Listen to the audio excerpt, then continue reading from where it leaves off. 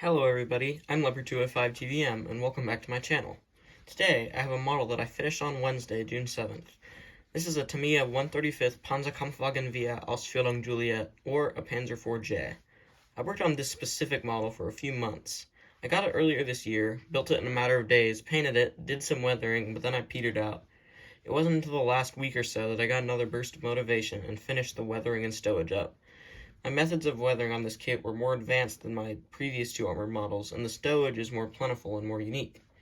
This kit wasn't without any mistakes, which I'll point out once I go into detail, but I enjoyed building it. It's relatively small compared to what I'm used to, but it had pleasant detail. I tried to be as unique as I could on this kit, and you'll see some of the things I did in a minute, but first, a bit of history. The Panzerkampfwagen IV was an early war design that came about shortly after the start of World War II. The Wehrmacht had the Panzer II and Panzer III, but they wanted something a bit larger and more heavily armored, with a larger 75mm gun. This tank went through multiple upgrades, from Variant A all the way up to the J that you see here. The J was a late war simplification of the H, which has spaced armor to defend against heat projectiles, and a long 75mm gun that was introduced on the Panzer IV-G. The J took the Panzer IV-H and replaced the sheet metal hull side skirts with screen side skirts, and removed some less necessary things such as external smoke dischargers. This variant fought from 1944 until the Third Reich's end in Berlin, 1945. Now let's check out some details. So, here's the kit. I'm happy with it. It was like the same price as all other Tamiya kits, and it had the same Tamiya quality that you'd expect. I'll give you a little once around here. Spin it. So you can take everything in. And let's just get into some stuff. I'll start where I usually start, up front. We got spare tracks. Move the gun out of the way. We got a really nice spare track holder with some good detail on there. No little chains keeping it in place, but that's okay. Nice engine deck detail. This, in real life, this had like a little metal clamp right here, but that's not featured in the kit, so I used masking tape to make it look like they're just leather tie downs. Here we have a spare track from the Tiger E kit that I made a video on, or two spare tracks together, and I'm just like imagining that they found a destroyed Tiger and took the tracks off of that to use as spare armor. This tarp here is a hastily made tarp. That looked really weird. I was doing like quote hands, tarp, but I made it. I just ripped off a piece of paper towel and painted it brown because I got a little bit of too much super glue on the engine deck right there. Not engine deck, I'm saying engine deck. On the just front, upper glacis plate, I guess. Just on the front of the tank. I got too much super glue there, and when I wiped it off, a bunch of the paint came off, and you can see the plastic, so I just hastily covered that up with the tarp. You can see some of the beautiful stowage on here. It just looks so great. I love it. This jack, here's one of the mistakes I was talking about.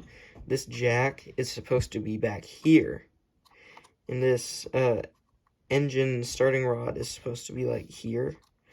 But since I glued the jack too far forwards, I thought the jack's locating holes. No, sorry, I thought the engine starting rod's locating holes, which are like somewhere over here, were the jack's locating holes. So I glued them there, and I realized that I screwed up.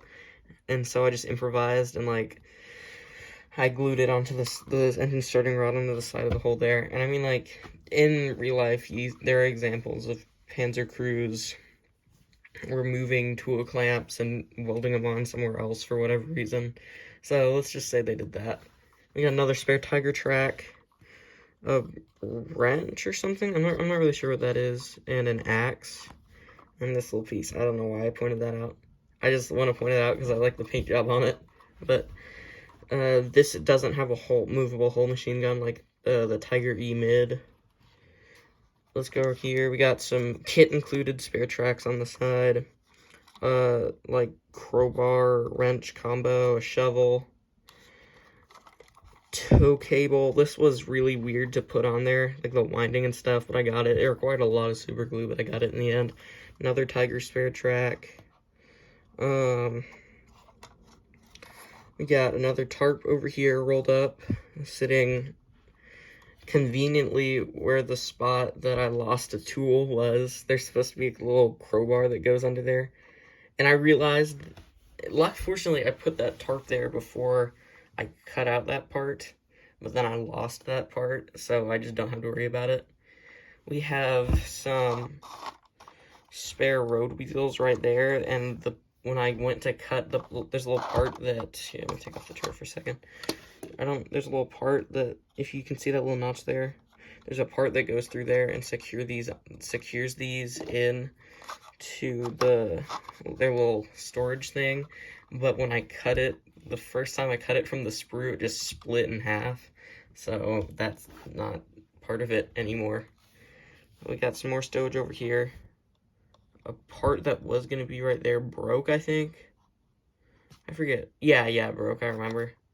I was going to cut a little bit from the sprue off, and it just snapped in half. You gotta be careful with these kind of things. I'm not very happy with the paint job on this fire extinguisher there. I kind of half-assed it, I'm not gonna lie. But, it is what it is. And you might notice some of these, like, weird hand-painted markings, like there, and there, and that's not a real thing, but I decided I want to do that. I liked the look of it, and it's just like, I'm imagining that they're like identification symbols to help with just friendly identification, help prevent friendly fire. Have some more on the back, which you probably saw. Got a little multiple Balkan coils. The colors are reversed, but we don't care about that. Got one on the turret basket, and that's actually a good transition to the turret here. The turret might be the best part of this kit. I don't know if it is. I like all of this kit, but I think I did the best job on the turret, maybe. But so you can see all the stuff here. I packed a bunch of stuff on. This is a tarp. Here, I'll go over it. This tarp that I pointed out earlier, and a little tarp wedged in there. Those are pieces of cut up t-shirt that I painted green. And that's masking tape made to look like leather ties. More spare tracks from the Tiger on the turret. And I don't know how I did it, but I just made this MG34 look absolutely perfect. Like, there's no wood paint where there shouldn't be. Let me try and get focused on that a little bit better. And it's like the perfect combination of gunmetal and shiny. And basically, I painted it dark gray, and then I put some Tamiya aluminum metallic paint on there, and then I just, like, drowned it in a wash, like a black enamel wash, and it worked perfectly. So, that's always nice. Oh, and there's this one thing I want to talk about. So, you might notice how the spaced armor is open here, and since I said I wanted to be more unique, let me get that refocused. There we go. Well, the kit, these two are one part, but since the turret has the side doors, in real life, the spaced armor on the turret had, like, 2 doors that could open up, and those are one piece on the kit, but I wanted to incorporate that into my model, so I cut them in half and glued them like this, as you can see, and I think it turned out good. I'm really happy with how it turned out, and the reason I wanted to do that is, hold on, yeah, I got my improv light here. You can see it in there a little bit, but it has yeah, that's better.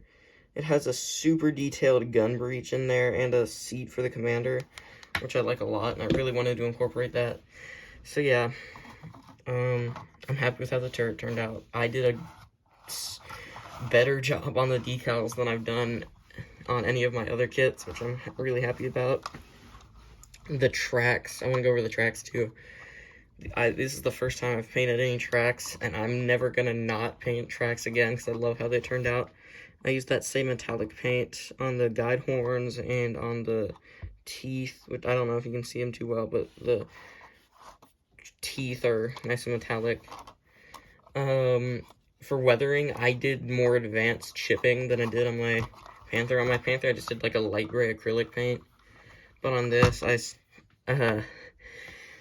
I followed the methods of my favorite modeling YouTuber, Night Shift, and I took a sponge and I hit it with some like lighter color, a version that's like a lighter color with the base coat, for chips. Like, you can see that, in a few places, but I'm not sure what the best place to demonstrate that is, where I did it the best. I did it pretty good.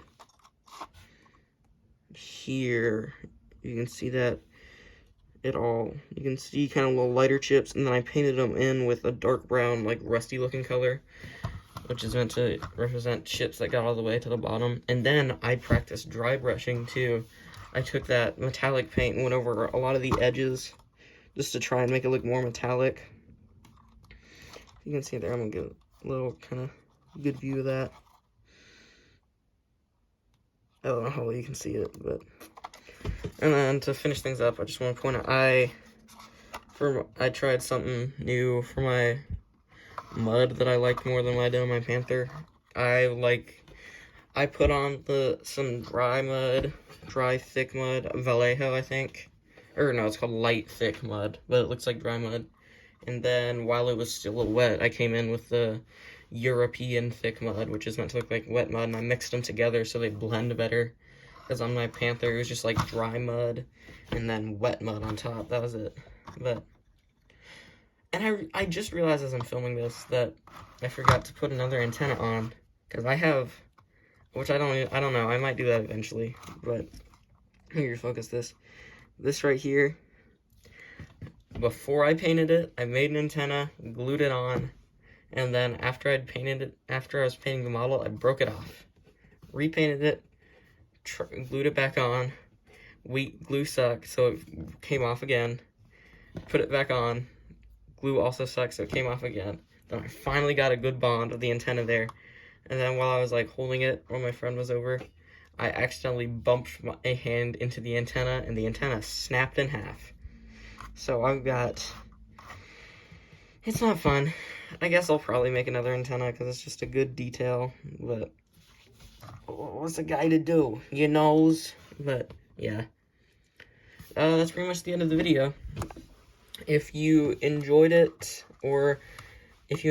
please leave a like, and if there's anything you want to say, any feedback you want to give, just tell me in the comments. Thank you for watching this video. I don't know if anybody's gonna watch this all the way through, so how about hit me with a Croissant's Gloria in the comments if you watch this all the way through. I'm Leopard 285 TVM. See you again very soon.